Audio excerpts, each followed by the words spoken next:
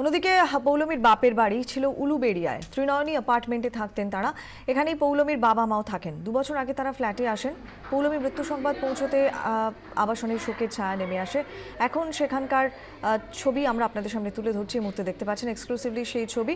আমাদের সঙ্গে টেলিফোনে রয়েছেন আমাদের প্রতিনিধি শুভাশিস মণ্ডল। শুভাশিস, এই বাড়িতে যেখানে পৌলমীর বাবা মা থাকেন সে বাড়িতে স্বভাবতই মৃত্যু সংবাদ পৌঁছতে শোকের ছায়া, কিন্তু অন্যান্য যারা রেসিডেন্টরা রয়েছেন, আবাসিকরা রয়েছেন, তারা কিছু বলতে পারছেন? কোনো রকম কোনো গন্ডগোল পৌলমীদের ছিল কিনা, এরকম কিছু তারা জানতেন কিনা, কিছু বলতে পারছেন?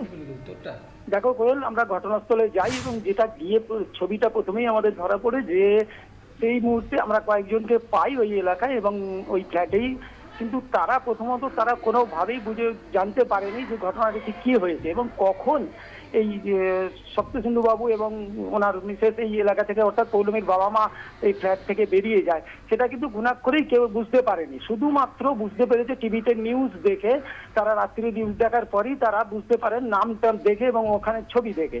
ফলে ওই ফ্ল্যাটের কেউই বুঝতে পারেনি ঘটনাটা ঠিক কি ঘটেছে এবং তারা এখনো পর্যন্ত পরিষ্কার নয় পুরো ঘটনাটা ঠিক কিভাবে কি হলো।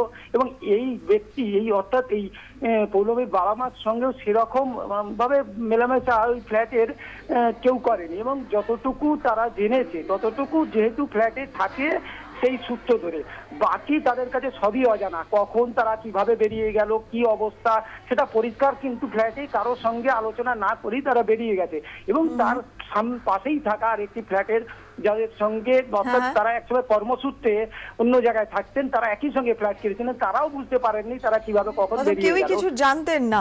অনেক ধন্যবাদ শুভাশিস তোমাকে। সেই ছবি আপনারা দেখতে পাচ্ছেন। পৌলমীর বাবা মা উলুবেড়িয়ায় যে আবাসনে থাকেন, যদি এই মুহূর্তে তালা বন্ধ, তারা খবর পেয়েই চলে গিয়েছেন মেয়ের শ্বশুর বাড়িতে এবং ইতিমধ্যেই পৌলমীর বাবা সপ্তসিন্ধু সাহা মেয়ের শ্বশুর বাড়ির বিরুদ্ধে তার মেয়েকে খুনের অভিযোগ এনেছেন।